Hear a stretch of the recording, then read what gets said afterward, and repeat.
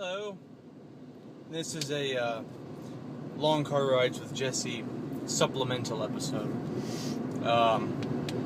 It's not going to be very long. I'm recording this as I drive home from work, actually.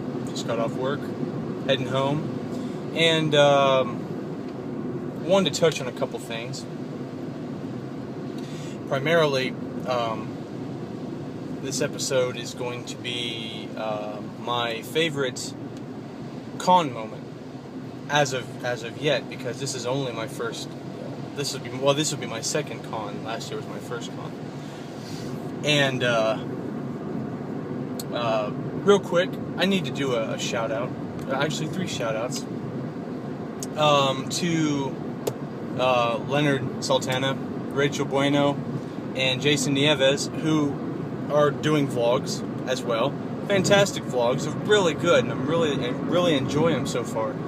And they've all given me shout-outs, and I really want to thank you for that. Thank you. Unexpected, and they really mean a lot to me. So appreciate it for that. Shout-outs. So this is in response to Rachel Bueno's first vlog. And she touched upon her favorite con moment, and this will be her 4th con. So to pick a moment out of 4 years, it is kind of a toughie. But she put out the bulletin for everyone else to give their one favorite con moment.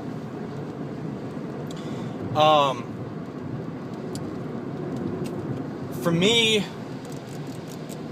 I can't give just one con moment without giving 2 other ones, and this is just for me personally. So I'm going to break the rule that she said just one moment. I'm sorry, but I can't touch upon the one moment without touching on the other 2. So what I'm going to do is touch on my 3 favorite moments from last year, starting at number 3 and working my way up to number 1, which is the creme de la creme for me. So here it goes. Number 3 was on preview night, and I was in shock and awe. I had just walked into the exhibition hall, onto the floor, and my God, everything, it was just like I'd been hit with a freight train. I'd seen everything, and it was crazy. So many people, and there was, like, on this end, there was nothing but comic books, which is like every nerd's dream. It was every nerd's wet dream. It was my wet dream. And on this end of the convention center was nothing but, like, video games and TV and movies and what have you. So I was, like, just mouth hanging open, like, that far, just looking around in shock and awe, and just kind of, like, getting into a crowd of people and just kind of, like, following them along like a lemming.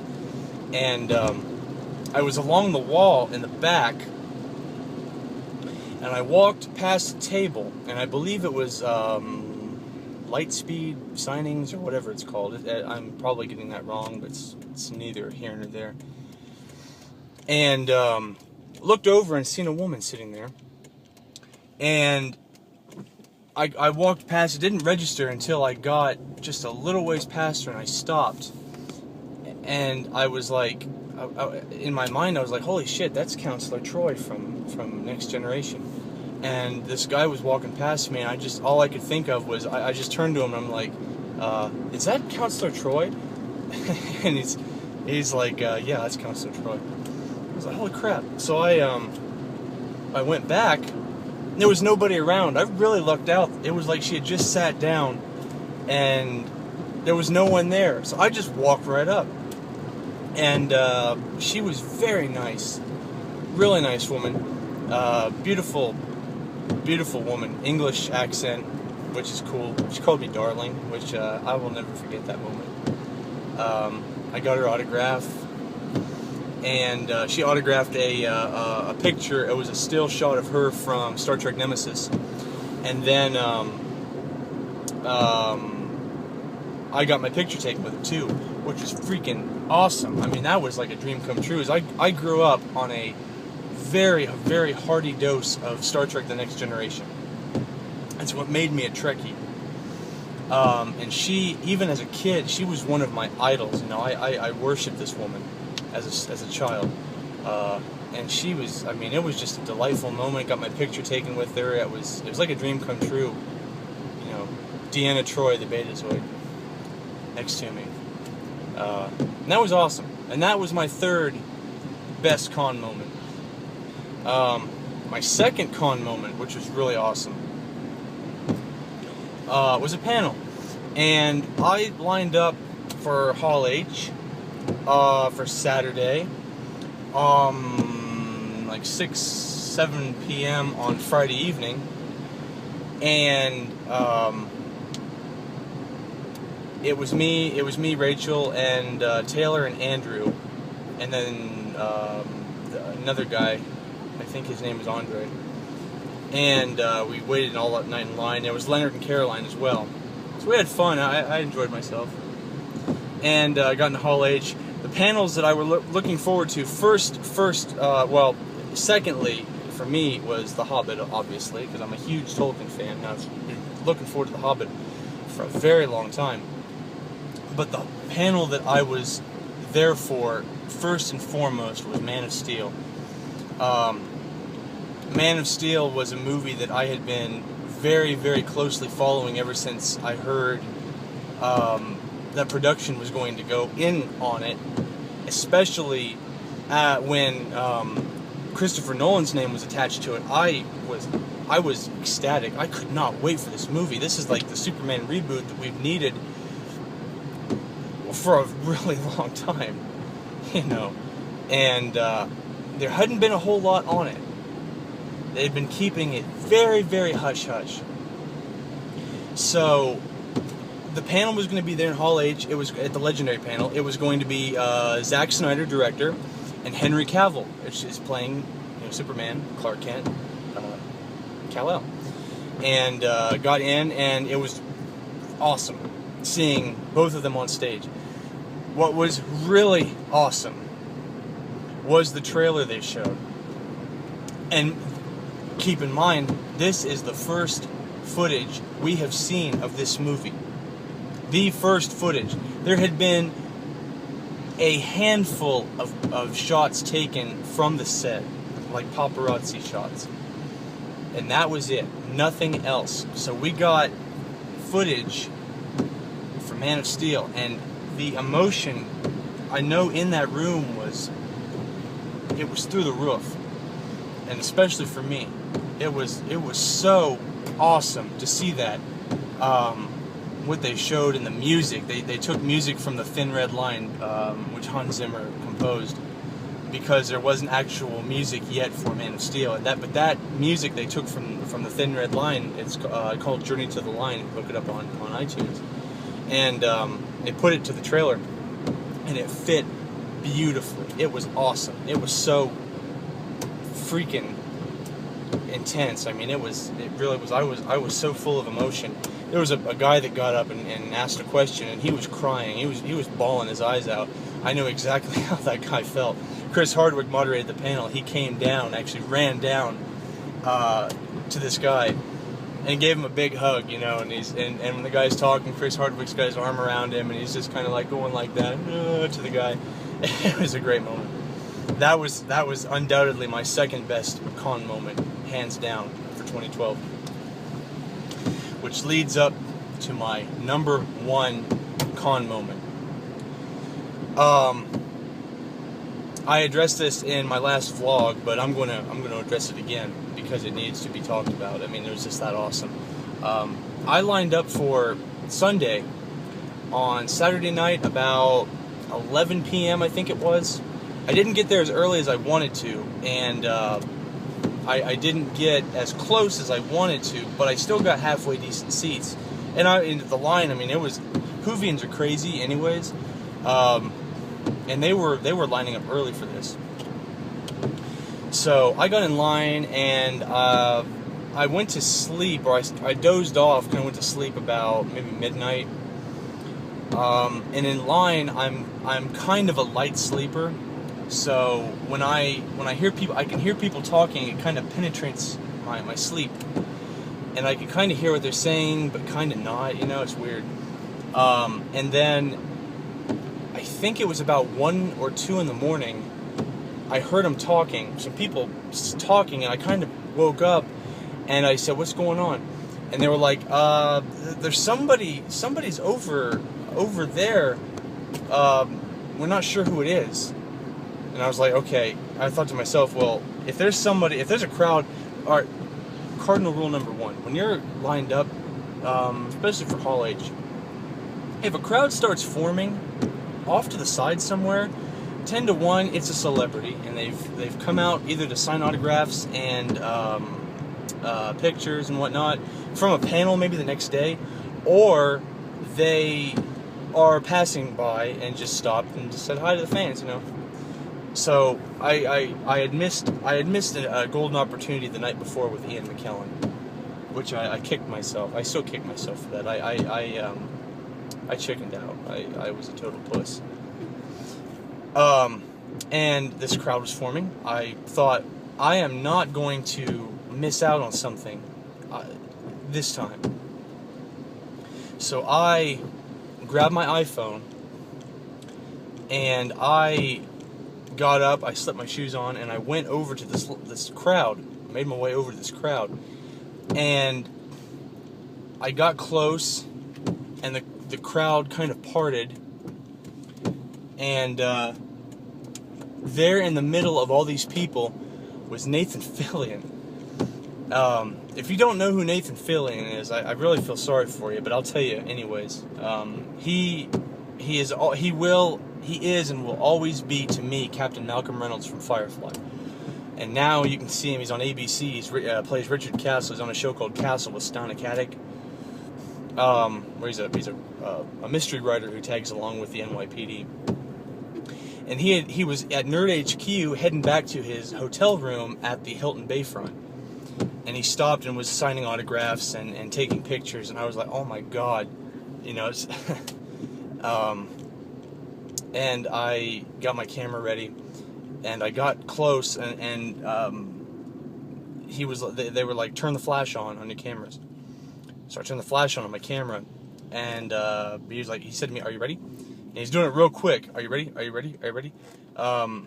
He wasn't wasting any time taking the pictures and whatnot. So he asked me, are you ready? I was like, yes. I hand my camera to the guy who was taking the pictures, and at that moment, my camera, the screen went dark, like, you know, because you